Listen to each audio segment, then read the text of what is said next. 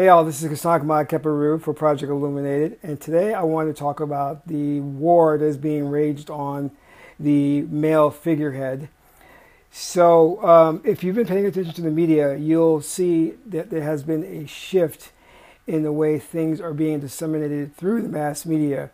vis-a-vis the male figurehead. So, what I mean by that, if you're looking at the mainstream news programs like CNN, Fox News, and also through television shows, sitcoms, and movies, you will notice a proliferation of programming that is geared toward anti-male sentiments. Programs where you'll see that the father figure in the family is often depicted as stupid, lacking in intelligence. He's the butt of jokes. With that, you'll be seeing philosophy and ideologies that are opposed to male masculinity. Most recently,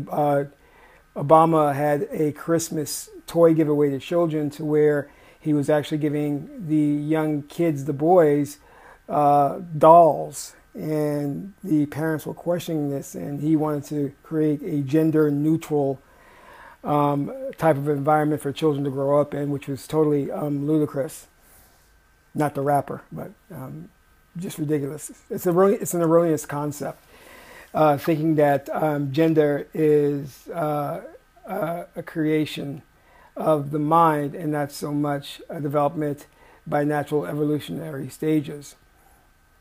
So, but anyway, the Illuminati, which is the chief architects of all this, work through special interest groups vis-a-vis the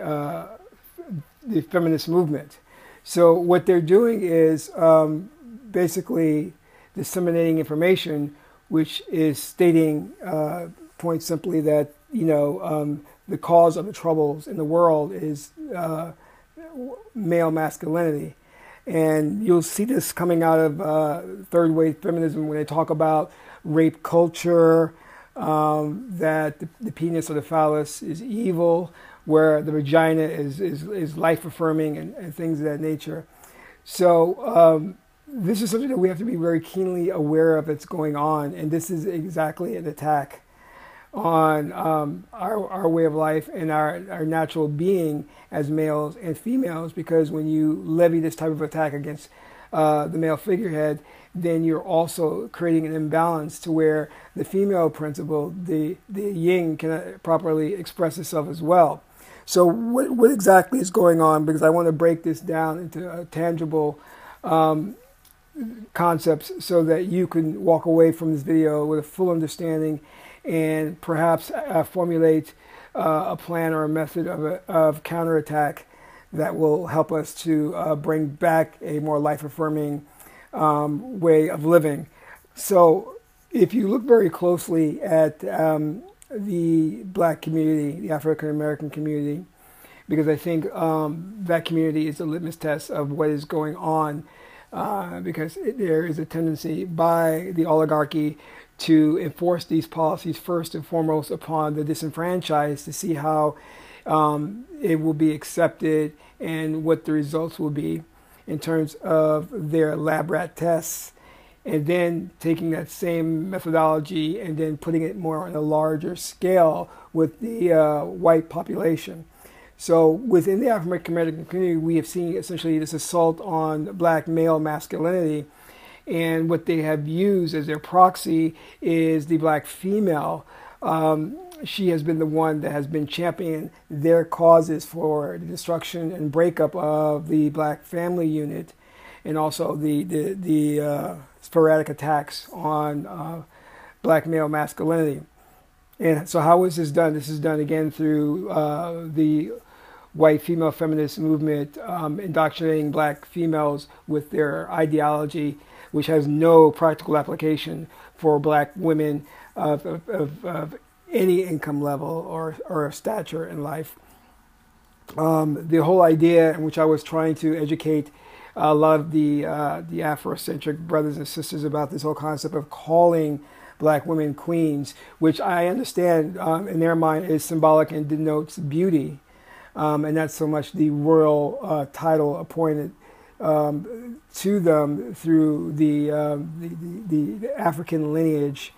our African communal and collective efforts of bringing about a hierarchy through royalty. But what I wanted to basically bring to the forefront to as far as an understanding is that the whole idea is to, again, usurp the black male's patriarchal authority by way of the black female, and using the black males to prop her up, calling her, the queen, and her having this sense of entitlement to where she feels that no matter what her actions are, whether it's in a booty video or whatever, she still can be bestowed that title of queen. But the point again is having her become an agent of their corrupt plan to once again vilify the black male. So we see this indoctrination of black females into their subversive tactics, so that black males do not have any type of agency to where they can basically enact any type of economic power. So this is the first means and method of attack, which is to rid any community of the male authority or the male figurehead, which has usually historically been one of protective of females or protective of the society at large, and the warrior, the king, symbolic of the king. So that's the first way you levy an attack against the society, through the generational upbringing of children or young boys to not associate themselves with the gender of male, so that they can now have a confusion in terms of whether they're masculine or feminine, but more so to take on more feminine traits, so that when it does come for war, you win the battle without actually having to fight. So what you'll see when all is said and done is that there is this eradication of roles, male, female, masculine, feminine, within the collective community, and this is done again by the attack on the males, using the female as the main source to disseminate this information through social engineering. Basically, it's coming about through basically putting out an ideology, a philosophy, where it is socially acceptable to perceive oneself as gender neutral, because when you have a society that is not have a traditional initiation process, where we'll see in African societies, traditional African societies, where young boys are taught to be men, young women are taught to be women. When those roles are eradicated, what you'll find then is that you find a society on the verge of chaos and destruction. So what we see in terms of these dynamics that are being played out in the black community are the microcosm of the macrocosm, meaning that we're seeing this whole test plan being run in this type of holodeck setting in the black community, which is only setting the stage for the eradication of white male masculinity and using the white female as the proxy to wage that war. And when the male figure is removed from this picture, then the takeover is imminent and it's easy at that point, which is very brilliant by the oligarchy, and we'll use the correct term of the Illuminati, because they understand they have a brilliant understanding of the art of war, which is you win the war without actually fighting.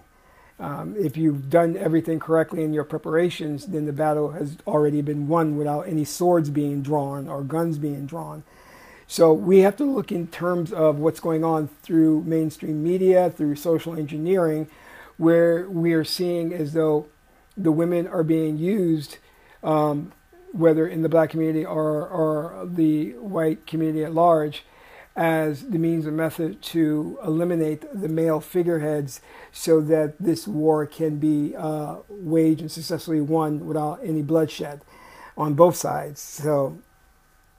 we have to be very cognizant of this. We have to understand this clearly as this is the agenda, this is the plan moving forward. Because if we don't understand this, we'll fall right into their hands. And before you know it, it's over. I mean, I think we've reached a point now where we've tolerated enough. We've gone by without actually realizing what's going on, to the point of where it may be almost too late to turn back and correct this or propose any countermeasures to this. And I think that there has to be this joint effort of white males and black males coming together and kind of seeing what the overall plan is, because what the Illuminati is very effective in doing is putting whether it be nations or races or individuals against one another. And it's a very old tactic that they've used almost since the very beginning of time to wage this type of war by using divisiveness. It could be on an economic level, it could be on a gender level, it could be on a national, regional level. But they've facilitated this by using some type of external means to show that there is a dichotomy between the two. And this is something that we have to start looking in terms of what we have more in common than what we have that's not in common. To kind of bridge that gap, because when we can start thinking more in terms of congregative, collective thinking versus segregative thinking, then if we can start thinking in those terms, then we will actually effectively putting forth a countermeasure to the Illuminati's plan of divisive takeover. And so that's the message I really wanted to get out there for us to have an understanding of what's going on, and hopefully that black males and black females can take away from this a great understanding of what's causing the rift and divide within the communities, and the same thing with the white males and white females with this push of third wave feminism in the white community and the attack on white males and their masculinity as being seen as evil, and that they're part of a so-called mythological rape culture to where every man is a potential rapist, when this is not actually true. We have to celebrate the feminine principle and the masculine principle, and understand that for life to exist and to move forward, there must always be balance. So I want you to think about that. This is Kasank Ma Keparu for Project Illuminated, and that's all for now.